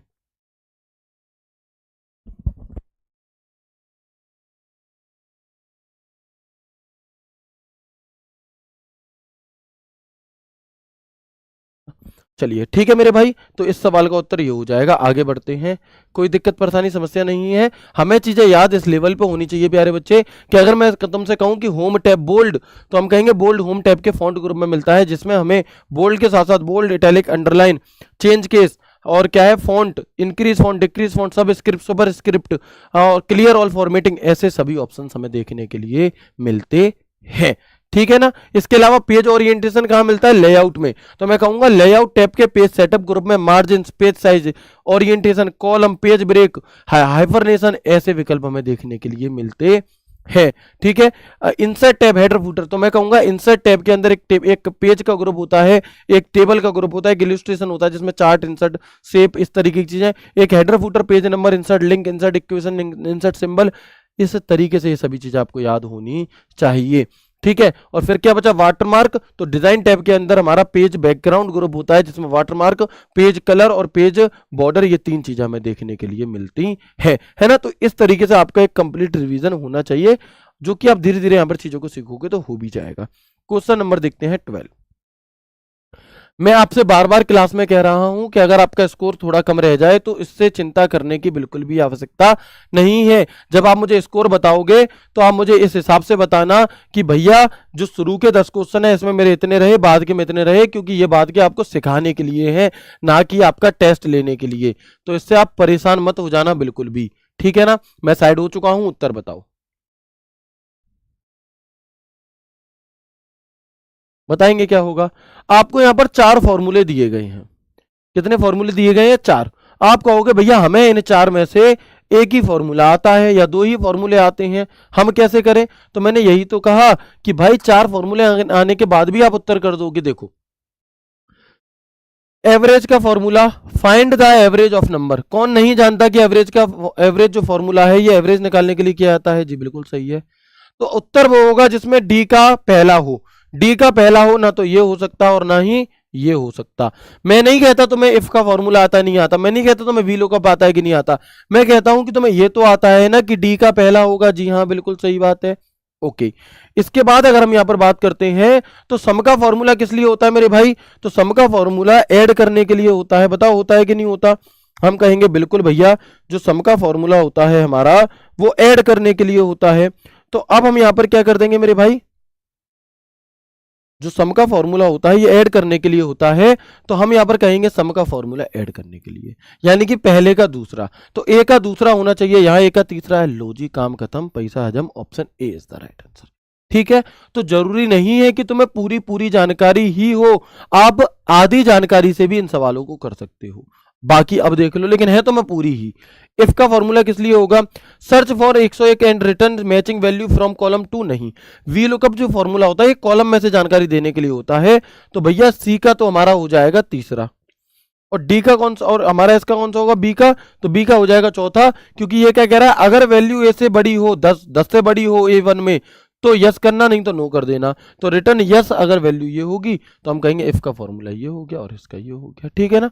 चलो, तो ये एक अच्छे लेवल के सवाल थे। अगला सवाल देखेंगे, क्वेश्चन नंबर 13। अच्छा, इन इन प्रैक्टिस सेट्स में हम यहाँ पे जो बाद के 10 क्वेश्चन रखेंगे, इनमें बच्चे हम अलग चैप्टर से भी क्वेश्चन रखेंगे जो नॉर्मली दिल्ली पुलिस में नहीं पूछे जाते, लेकिन पूछे जाने की संभावना हमेशा ही बनी रहती है। मतलब एक का सवाल किसी भी चैप्टर से आ सकता है, मेमोरी से आ सकता है, इंटरनेट से आ सकता है, जनरेशन ऑफ कंप्यूटर से आ सकता है। तो उन सभी चीजों को हम यहाँ पर एक एक सवाल हर उसमें प्रैक्टिस सेट में ऐसे कर लिया करेंगे। भाई प्लीज कॉपी पेस्ट मत करो, मत करो। राजस्थान पुलिस के लिए इन क्लासेस को ले लो। ठीक है, चलो बताएंगे क्वेश्चन नंबर 13 क्या होगा। निम्नलिखित कंप्यूटर मेमोरी की मापक इकाई को छोटे से बड़े में व्यवस्थित कीजिए। यानी कि यहां पर आपको यूनिट ऑफ मेमोरी से रिलेटेड क्वेश्चन पूछा गया है। तो जिन बच्चों ने यूनिट ऑफ मेमोरी पढ़ी है बहुत अच्छी बात है, जिन्होंने नहीं पढ़ी है एक बार मेरे साथ ध्यान रखेंगे क्या है। मैं पूरा नहीं पढ़ा रहा चैप्टर, छोटी सी जानकारी दूंगा, ध्यान से देखना। यूनिट ऑफ मेमोरी, तो सबसे पहले हमें एक सीक्वेंस याद होना चाहिए कि छोटी से बड़ी मेमोरी की तरफ हमारा यह कैसे जाता है। छोटी से बड़ी मेमोरी, तो हम यहां पर देखेंगे कि जो सबसे छोटी मेमोरी होती है हमारी,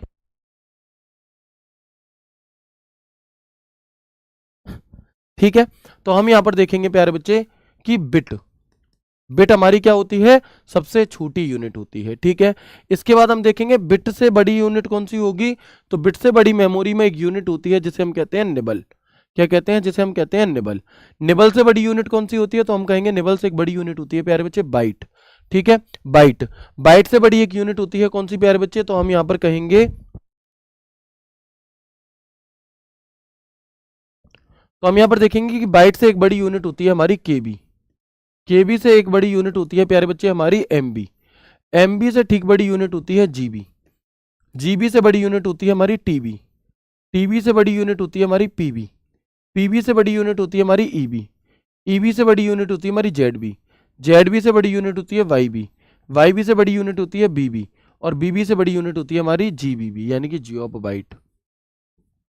ठीक है, ठीक है ना? तो ये तो हमारा हो गया एक क्या, यूनिट ऑफ मेमोरी का एक क्रम। तो हमें यहां पर एक याद रखना चाहिए क्या, कि bit, nibble, byte, KB, MB, GB, TB, PB, EB, ZB, YB, BB और क्या है आपका जीबीबी।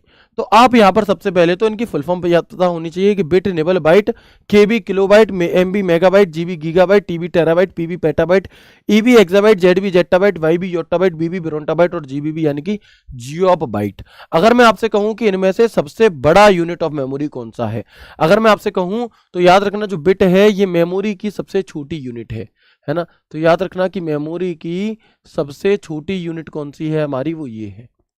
मेमोरी की सबसे छोटी यूनिट जो है प्यारे बच्चे वो हमारे यहाँ पर ये है। और अगर मैं बात करूं जीबीबी, तो मेमोरी की सबसे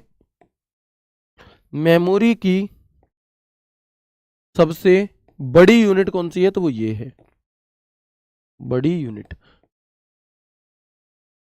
ठीक है, तो आपको इसी का एक क्रम पूछा गया है। आपसे क्या है प्यारे बच्चे, इसी का एक क्रम पूछा गया है। तो हम यहां पर देखेंगे कि योट्टाबाइट, पेटाबाइट, इन्हें सही क्रम में लगाओ। तो सबसे छोटी इनमें से कौन सी है? इनमें से तो मैं कहूंगा इनमें से सबसे छोटी मेगाबाइट है, एमबी है। एमबी के बाद जीबी आता है जो कि यहां दिया नहीं है। जीबी के बाद क्या आता है? टीबी यानी कि टेराबाइट। टीबी के बाद क्या आता है? पीबी यानी कि पेटाबाइट। पीबी के बाद क्या आता है? ईबी यानी कि एक्साबाइट। इसके बाद क्या आता है जेटाबाइट, और जेटाबाइट के बाद क्या आता है योटाबाइट। यानी कि उत्तर हमारा क्या हो जाएगा FEDCBA, FEDCBA option A is the right answer. क्या हो जाएगा मेरे बच्चे, ऑप्शन ए जो है ये हमारा इस सवाल का बिल्कुल सही उत्तर यहाँ पर हो जाता है। बच्चे 2-3 बार खुद से लिख करके देखना, किसी भी ट्रिक की तुम्हें जरूरत नहीं पड़ेगी, है ना। जितना लिख जाए उतना लिख के देखना, 2-3 बार लिख करके देखोगे उत्तर कर दोगे। क्वेश्चन नंबर 14 देखते हैं। Wireless transmission of signal can be done, किसके द्वारा, है ना। तो बताएंगे हम यहाँ पे कि सिग्नलों का वायरलेस ट्रांसमिशन खाली जगह के माध्यम से किया जा सकता है। किसके माध्यम से किया जा सकता है प्यारे बच्चे, बताएंगे एक बार जल्दी से। तो सिग्नलों का वायरलेस ट्रांसमिशन की बात यहां पर हो रही है, पहले उत्तर बताइएगा क्या होगा। वेरी गुड,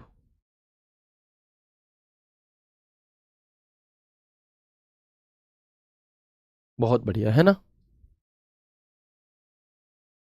तो हम यहां पर क्या कहेंगे, हम यहां पर क्या कहेंगे एक बार बताइएगा।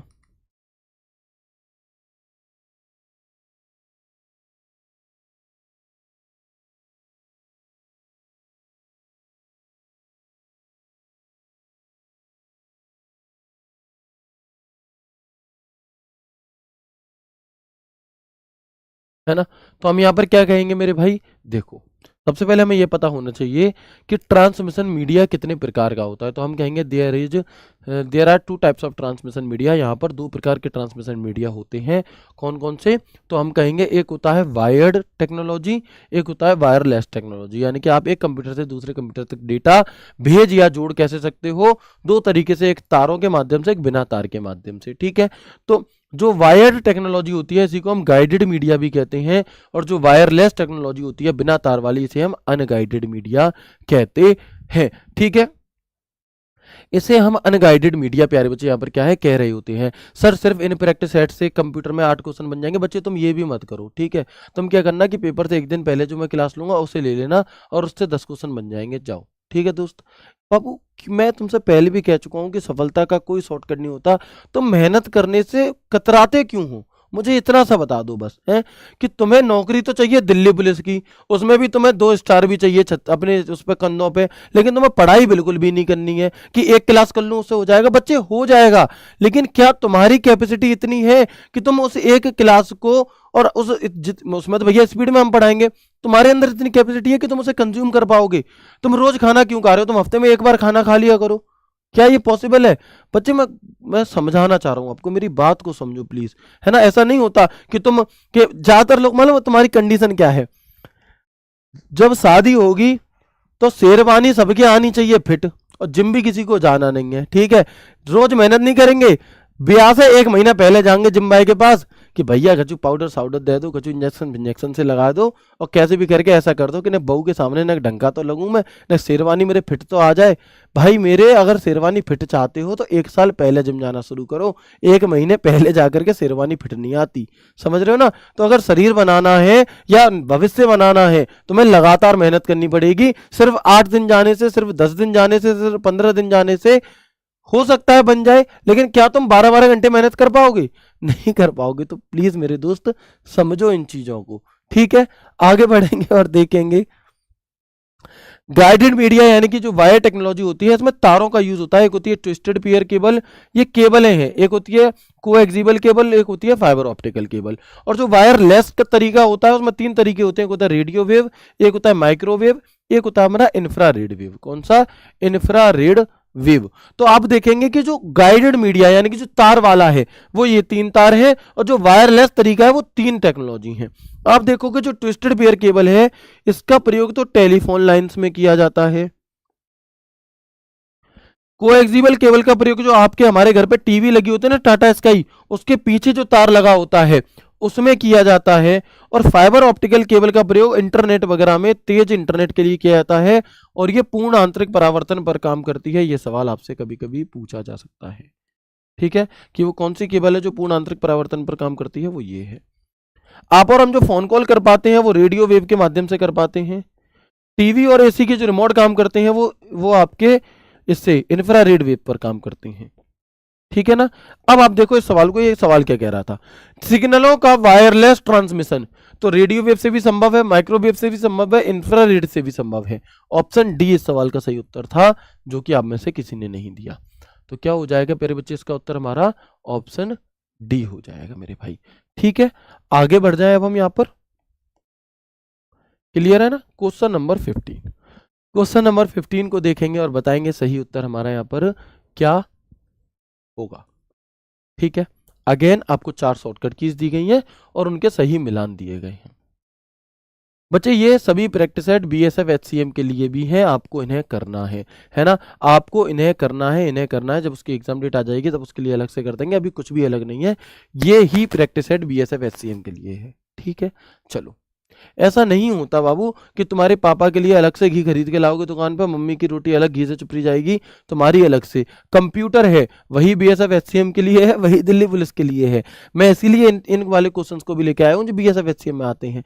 तो आप इन्हीं को देखो, अभी जब एग्जाम डेट आ जाएगी तब हम आपके लिए अलग से कर देंगे। ठीक है ना, इनमें कुछ भी अंतर नहीं होता भाई, घी तो घी है। ऐसे ही आपका क्या है, मतलब शुद्ध है एकदम। ये देखो मेन चीज है ये कि शुद्ध है भाई। ऐसे ही सवाल कंप्यूटर तो कंप्यूटर है मेरे दोस्त। पहले देखो इस सवाल का उत्तर क्या होगा यहाँ पे हमारा। तो हम कहेंगे कंट्रोल एल शॉर्टकट की किस लिए होती है, कंट्रोल बी बोल्ड के लिए होती है जी। हमें मिल गया डी का पहला, डी का पहला, डी का पहला, डी का पहला। एक ही ऑप्शन में है, ना ये ना ये ना ये। लेकिन अभी और आगे देखेंगे। कंट्रोल एल, एल किस लिए होती है, तो हम कहेंगे देखो कंट्रोल एम होती है पैराग्राफ को इंडेंट करने के लिए, यानी कि बी का उत्तर होगा तीसरा। बी का होगा तीसरा, बी का तीसरा है। ठीक है, ये तीनों तो देखते ही एलिमिनेट हो गए। कंट्रोल जे जस्टिफाई के लिए, सी का होगा चौथा, सी का होगा चौथा। ए का कौन सा होगा, बाईं ओर अलाइन करने के लिए ए का दूसरा। देखो सिर्फ एक पॉइंट से ही उत्तर मिल गया हमें, तो सिर्फ एक ही पॉइंट से हमारा उत्तर आ गया ऑप्शन बी। कोई दिक्कत ही नहीं है ना। ई ऑप्शन को हटा देंगे क्योंकि ई ऑप्शन आपके पेपर में नहीं आता। ठीक है, तो आप यहां पर समझ सकते हैं मेरी बात। कोई दिक्कत हुई क्या सवाल को करने में, बिल्कुल भी नहीं हुई।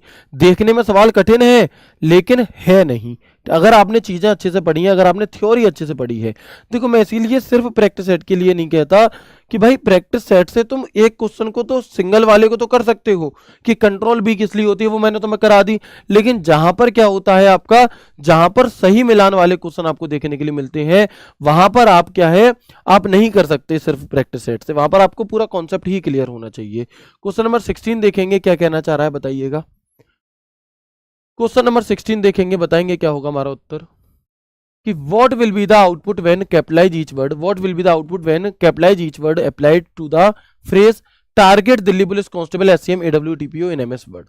यानी कि अगर हम एमएस वर्ड में, ये एक टर्म है हमारी target Delhi police constable SCM AWTPO in MS word, तो हम अगर उस पर कैपिटलाइज ईच वर्ड यूज करते हैं इस वाले शब्द पे तो क्या आएगा। ऐसा सवाल आपसे दिल्ली पुलिस एचसीएम में पूछा गया था पहले भी, तो एक बार हम पूरे इससे समझ लेंगे। ठीक है, सबसे पहले हमें यह पता होना चाहिए कि ये किस फंक्शन से होता है, ऐसा चीज किस फंक्शन से होता है। तो याद रखना कि एमएस वर्ड में, फंक्शन का नाम बताओ मुझे, किस फंक्शन का यूज करते हैं एमएस वर्ड में। अगर हमें ऐसा करना है तो हम किस फंक्शन का यूज करेंगे, कौन बताएगा मुझे, बताओ जल्दी से। किस फंक्शन का यूज मेरे भाई हम यहां पर कर रहे होंगे।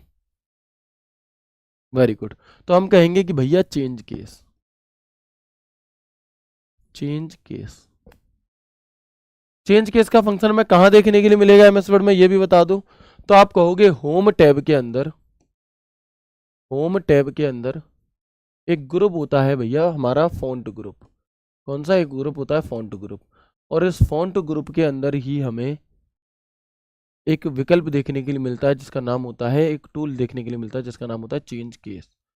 और ये टूल का लोगो कैसा होता है, तो याद रखना एक ए कैपिटल एक ए स्मॉल, और ऐसे यहाँ पे बना रहता है, ये हमारा इसका लोगो है। ठीक है, चेंज केस कुल कितने प्रकार के होते हैं, how many type of change case, तो हम कहेंगे there are 5 types of change case. 5 प्रकार के होते हैं। कौन कौन से होते हैं, तो हम देखेंगे एक तो होता है अपर केस, जिसमें सभी के सभी अक्षरों को क्या किया जाता है, कैपिटल कर दिया जाता है। एक होता है प्यारे बच्चे लोअर केस, जिसमें सभी के सभी अक्षरों को कैसा कर दिया जाएगा, हमारा स्मॉल कर दिया जाएगा। एक होता है सेंटेंस केस, तो इसमें सेंटेंस के अकॉर्डिंग अक्षर कैपिटल स्मॉल होंगे। ठीक है, एक होता है प्यारे बच्चे कैपिटलाइज ईच वर्ड, यानी कि प्रत्येक शब्द का पहला अक्षर बड़ा। कैपिटलाइज ईच वर्ड यानी कि प्रत्येक शब्द का क्या हो जाएगा, हमारा पहला अक्षर बड़ा हो जाएगा।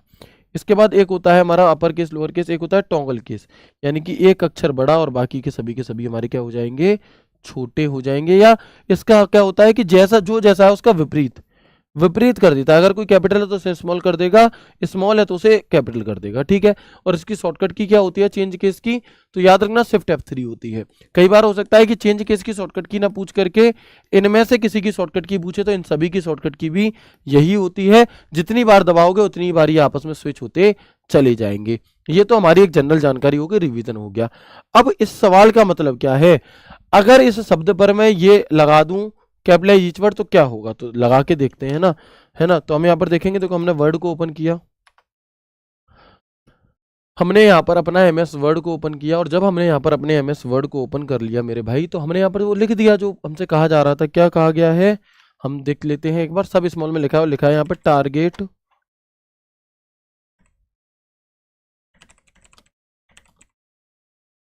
दिल्ली पुलिस कांस्टेबल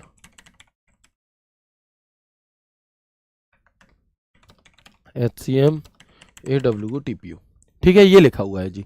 और अगर मैं इस शब्द पर मैं क्या लगा देता हूं, कैपिटलाइज ईच वर्ड लगा देता हूं, तो मैं यहां से उठा करके कैपिटलाइज ईच वर्ड लगाऊंगा, तो इसमें क्या हो गया कि देखो T capital, D capital, B capital, C capital, H capital, A capital. चलो जी सवाल पे, इसमें क्या हो रहा है, सबके सब स्मॉल हैं, गलत, क्योंकि यहां पर हमारा कैपिटलाइज ईच वर्ड ना लग करके कौन सा केस लग गया, लोअर केस। यहां पे अगर ये लोअर केस पूछा जाता तो उत्तर ये होता। इसके अलावा टारगेट दिल्ली पुलिस अपोजिट हो गया, देखो जो आपका क्या है यहाँ पे टी स्मॉल था, मतलब यहाँ पर क्या हो जाएगा हमारा, ये गलत हो जाएगा क्योंकि टोंगल केस जैसा कुछ काम कर रहा है। इसके अलावा यहाँ पर क्या है, ये अपर केस हो गया, ये क्या हो गया प्यारे बच्चे, ये हमारा अपर केस हो गया, अपर केस, ये हमारा मेरे भाई अपर केस हो गया। फिर क्या बचा, फिर बचा देखो target TDPCHCAWTP, option C is the right answer. तो क्या हो जाएगा हमारा ऑप्शन सी जो है मेरे भाई, ये सवाल का बिल्कुल सही उत्तर हो जाएगा। बिल्कुल, बहुत बढ़िया। क्वेश्चन नंबर 17, अगला सवाल बढ़िया सवाल है, अच्छे स्तर का सवाल है, बताएंगे, बहुत अच्छी बात है ना। बहुत सारे अच्छे बच्चे ऐसे हैं जो कह रहे हैं सर मैंने आपके पुराने 12 ही प्रैक्टिस सेट देखे हैं और मैं सभी सही कर रहा हूँ। बाबू बहुत अच्छी बात है, इससे अच्छी बात कुछ हो ही नहीं सकती, लेकिन फिर भी मेरी रिक्वेस्ट है कि आप चीज़ों को और अच्छे से पढ़ लो, है ना। कोई दिक्कत नहीं है, क्योंकि आप यहाँ पर कोई मजाक नहीं चल रहा कि चलो ये वाली बस अगर छूट गई तो मैं दूसरी बस में बैठ जाऊंगा। ये फ्लाइट है बच्चे, अगर छूट गई तो अच्छा खासा घाटा दे करके जाएगी तुम्हें, समझ रहे हो ना मेरी बात। अगर बस छूट जाती है कि जी बस छूट गई, बस तो एक नहीं दूसरी आ जाएगी तुरंत, लेकिन ये फ्लाइट है, और वो भी कौन सी है आपकी, बढ़िया बिजनेस क्लास की फ्लाइट है, 1.5-2 लाख रुपए की। अगर ये छूट गई तो अच्छा खासा घाटा दे करके जाएगी, 1 साल का नुकसान दे करके जाएगी तुम्हें पूरा। तो इसलिए बिल्कुल भी मौका छोड़ो मत, अपनी तरफ से मत छोड़ो। सिर्फ ये मत सोचो कि 12 प्रैक्टिस सेट से हो जा रहे हैं, अच्छी बात है, बट फिर भी आप अपने आप को अच्छे से अच्छे स्तर के लिए तैयार रखो, थ्योरी पढ़ करके तैयार रखो, है ना। आगे बढ़ेंगे, क्या होगा क्वेश्चन नंबर 17 पढ़ो। MS एक्सेल 2010 में यदि सेल A3 में 300 लिखा है, सेल B3 में 225 लिखा है, सेल C3 में 180 लिखा है, और सेल D3 में 350 लिखा है, सेल E3 में 400 लिखा है, फिर सेल F3 में एक फॉर्मूला लगाया जाता है, ये तो बताओ उसका उत्तर हमारा क्या आएगा। हाँ, इससे पहले वाले सवाल में वो एक स्लैश उल्टा सुल्टा हो गया, उससे कोई दिक्कत नहीं है ना। यहाँ पे AWTP सही तो सही है बच्चे, ये सब सही है ना। आगे बढ़ते हैं, चलो अब हम यहाँ पे देखते हैं, जो मैंने टाइप किया था उसमें हो गया था। अब ये सवाल देखो क्या कहना चाह रहा है। तो हमने यहाँ पर क्या किया, सबसे पहले तो ऐसे करके मान लो MS एक्सेल है, ABCDE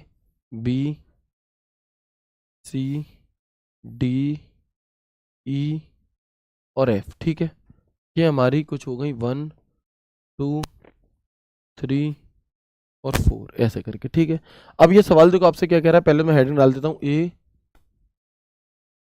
ABCDEF 1 2 3 4 5, MS एक्सेल बन गया।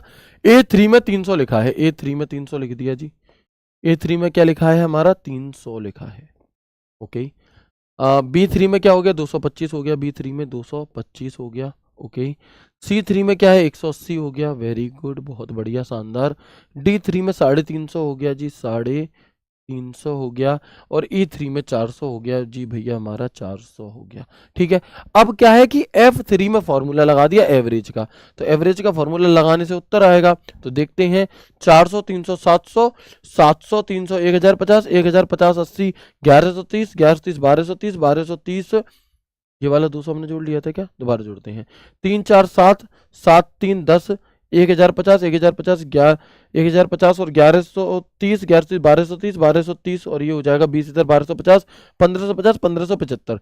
1575 में जब आप 5 से भाग दोगे, क्या करोगे, जब आप 1575 में जब आप 5 से भाग दोगे, क्योंकि 5 संख्याएं हैं तो 300 बार ये जाएगा 325 बार, है ना। तो 325 यहाँ पर हमारा इसका उत्तर आ जाएगा। That's it, simple. 325 हमारा इस सवाल का उत्तर आ जाएगा। ऑप्शन में है, कुछ गलती हो रही है हमसे, यहाँ पे रुकेंगे एक बार, कुछ टोटल में गलती हो रही है या कहाँ पे 400 291 आएगा, भाग देने में गलती हो रही थी क्या हमसे, दोबारा देख लेते हैं एक बार भैया क्या कह रहा है ये हमसे। 300 225 180 350 और 400 कितना हो रहा है हमारा, 1455 हो रहा है ना। टोटल में हम कहीं गलती कर रहे हैं। 300 350 600 1450, रुको पहले देख लूँ। 300 यहाँ भर दिया, 225 यहाँ भर दिया, 180 यहाँ भर दिया, D3 में 350 भर दिया और E3 में 400 भर दिया। ठीक है, तो 600 350 सारा ये हो गया हमारा यहाँ पर कितना, 1400 1050 और 1050 के बाद हमारा कितना हो जाएगा ये बताएंगे जल्दी से। 1455 हो रहा है, बिल्कुल 1455। और जब हम 1455 में 5 से भाग देंगे तो कितना जाएगा, तो ये हमारा जाएगा आपका 291 बार, क्योंकि जब हम यहाँ पे 1450 यानी कि 290 का आधा हो गया और एक ये 291 बार, तो 291 जो है ये सवाल का बिल्कुल सही उत्तर आ जाएगा। सिंपल। तो मैं यही बात आपसे कहना चाह रहा था कि इस बार फिर भी एग्जामिनर ने ऐसे लिख करके दे दिया, हो सकता है कि अगली बार वो तुम्हें ये टेबल बना करके दे और फिर ये वाली लाइन यहाँ पर लिखे, और उसमें वो क्या कह देगा कि दिए गए MS एक्सेल का सीट का अध्ययन करके फिर आपको ये काम करना है। फिर आपको खुद से ये समझना था कि इन सेलों में ये चीजें लिखी और 291, इसका क्या हो जाएगा प्यारे बच्चे, उत्तर हो जाएगा 291 इज द राइट आंसर। ठीक है, ये 25 इधर 105 और 55 उधर 1455। ठीक है, आगे बढ़ेंगे, अगला सवाल देखेंगे। Question number 18, what is the maximum number of columns in MS Excel 2010। ठीक है, बताएंगे जल्दी से।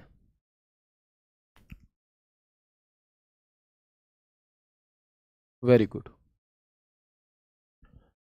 तो MS एक्सेल में मौजूद स्तंभों की संख्या अधिकतम कितनी होती है, मैक्सिमम स्तंभ कितने होते हैं, तो याद रखना जो मैक्सिमम कॉलम है वो 16,384 होते हैं। कितने होते हैं, 16,384 होते हैं। और इस 16,384 को हम 2 की पावर में कितना लिख सकते हैं, बताओ। 2 की पावर कितना होता है 16,384, तो हम देखेंगे 2 एकम 2, 2 दूनी 2 की पावर 2 होती है 4, 2 की पावर 6 3 होगी 8, फिर 16, फिर 8 दूनी 16 दूनी 32, 32 दूनी 64, 64 दूनी 128, 128 दूनी 256, 256 दूनी 512, 512 दूनी 1024, 1024 दूनी 2048, 2048 दूनी 4096, 4096 दूनी 8192 और 8192 दूनी 16,384।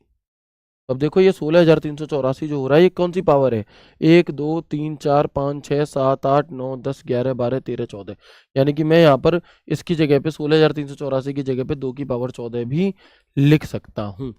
क्या लिख सकता हूँ, 2 की पावर 14 भी मैं यहाँ पर लिख सकता हूँ। ये हो गया। अगर मैं रो की बात करूँ कि मैक्सिमम रो हमारी कितनी होती हैं, तो आप क्या कहेंगे 10,48,576 होती हैं। और इस 10,48,576वीं रो को मैं अगर मैं 2 की पावर में लिखूँ तो कितना लिखूंगा बताओ, तो मैं इसे कितना लिखूंगा, तो याद रखना कि 2 की पावर में अगर मुझे इसे लिखना है तो मैं यहाँ पे से 2 की पावर मेरे भाई लिख दूंगा कितना, 20। ठीक है, ये जो कॉलम है 16,384 में, इसका नाम क्या होता है, XFD। XFD इसका नाम प्यारे बच्चे हमारा यहाँ पर हो जाता है। मैं आपको दिखाना चाहूंगा कि ये हमारा MS एक्सेल ओपन हो गया। आपको अगर सबसे लास्ट वाली रो पर जाना है 10,48,576, कंट्रोल के साथ एस्केप बटन दबाओ, आप देखोगे 10,48,576वीं रो पर पहुंच चुके हो, है ना, दिखाई दे रहा है। और प्यारे बच्चे कंपटीशन से बिल्कुल भी नहीं घबराना है, क्योंकि मैं कह दूं आज जितने ही बच्चे क्लास ले रहे हैं इनमें से आधे बच्चे कल क्लास नहीं लेंगे, क्योंकि सिर्फ पहले दिन का क्या होता है, इन्हें पढ़ाई करनी होती है। तो आप बस अपने आप से ये वादा करना कि अगर किसी भी चीज़ से जुड़ो तो भाई अंत तक जुड़ो, है ना। अंत तक जुड़ना बहुत जरूरी होता है हमारा किसी भी चीज से। अगर नौकरी की तैयारी करने की सोचिए तो लेकर के ही उसे छोड़ो, ठीक है। 10,48,576 यहाँ पर दिख रहा है। आगे देखेंगे हम, कंट्रोल के साथ राइट एरो बटन दबाएंगे, आप देखोगे XFD, तो लास्ट कॉलम हमारा क्या है, XFD है, XFD है, दिखाई दे रहा है, इसके बाद कोई कॉलम नहीं है। ओके, इनकी शॉर्टकट की भी होती हैं, हमें पता चल सकती हैं क्या, जी बिल्कुल। अगर आप कंट्रोल के साथ डाउन एरो दबा देते हो तो आप 10,48,576वीं रो पर पहुंच जाओगे, और अगर आप कंट्रोल के साथ अप एरो दबा देते हो तो आप पहली रो पर पहुंच जाओगे। अगर आप कंट्रोल के साथ राइट एरो दबा देते हो तो आप XFD वाले कॉलम पर पहुंच जाओगे, और अगर आप कंट्रोल के साथ लेफ्ट एरो दबा देते हो तो बाईं ओर, सबसे बाईं ओर, यानी कि A वाले कॉलम पर पहुंच जाओगे। ठीक है मेरे भाई, आगे बढ़े, अगला सवाल देखेंगे। नेक्स्ट क्वेश्चन, क्वेश्चन नंबर 19, एक बेहतरीन सवाल फिर से आपके सामने है। Making headings visible even while scrolling in Excel can be done by using, बताएंगे एक्सेल में, है ना, बहुत बढ़िया, ठीक है, वेरी गुड।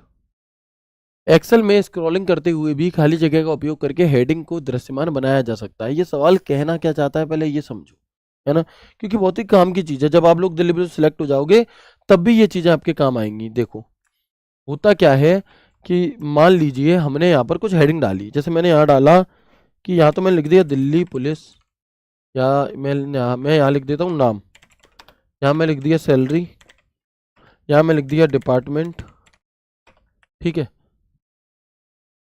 और यहाँ मैं लिख दिया एड्रेस, ठीक है। इसकी मैंने हेडिंग डाल दी कुछ अलग, है ना। अब ये क्या होता है कि जब हम इसे ऐसे करते हैं पेज को, तो ये जो सबसे ऊपर वाली लाइन है ये चली जा रही है। अब ऐसे में मुझे पता ही नहीं चल रहा कहाँ पे क्या लिखा है। मैं चाहता हूं कि ये जो सबसे ऊपर वाली लाइन है ये यहीं रुकी रहे, ये हिले ना। तो मैं इसे सिलेक्ट करूंगा, रिव्यू टैब में जाऊंगा, फ्रीज पेन्स में जाऊंगा, और यहाँ मैं कर दूंगा फ्रीज पेन। अब आप देखोगे जब मैं इसे स्क्रॉल करूंगा ना, तो जो पहली लाइन थी वो वहीं बनी रहेगी, और बाकी की क्या है, बाकी की फ्रीज हो जाएगी। फ्रीज में क्या होता है, जम जाती है बर्फ, तो फ्रीज पेन यानी कि उसे हमने वहां पर जमा दिया। क्या कर दिया मेरे भाई, हमने उसे वहां पर जमा दिया। तो freeze pane is the right answer. कहाँ मिलेगा, तो हम कहेंगे व्यू टैब में देखने के लिए मिलेगा, सिंपल। ओके, अगला सवाल देखेंगे, आज की क्लास का आखिरी सवाल। Which of the following can be used to edit the cell content of a cell इन MS Excel 2016 worksheet. MS Excel 2016 worksheet में सेल के कंटेंट को एडिट करने के लिए निम्नलिखित में से किसका प्रयोग किया जा सकता है। तो याद रखना MS Excel में किसी भी सेल के कंटेंट को एडिट करने के कुल 3 तरीके होते हैं। कितने, टोटल 3 तरीके यहाँ पर होते हैं। कौन कौन से, देखो मैं यहाँ लिख देता हूँ। किसी भी सेल को एडिट करने के टोटल 3 तरीके होते हैं, 1 2 3।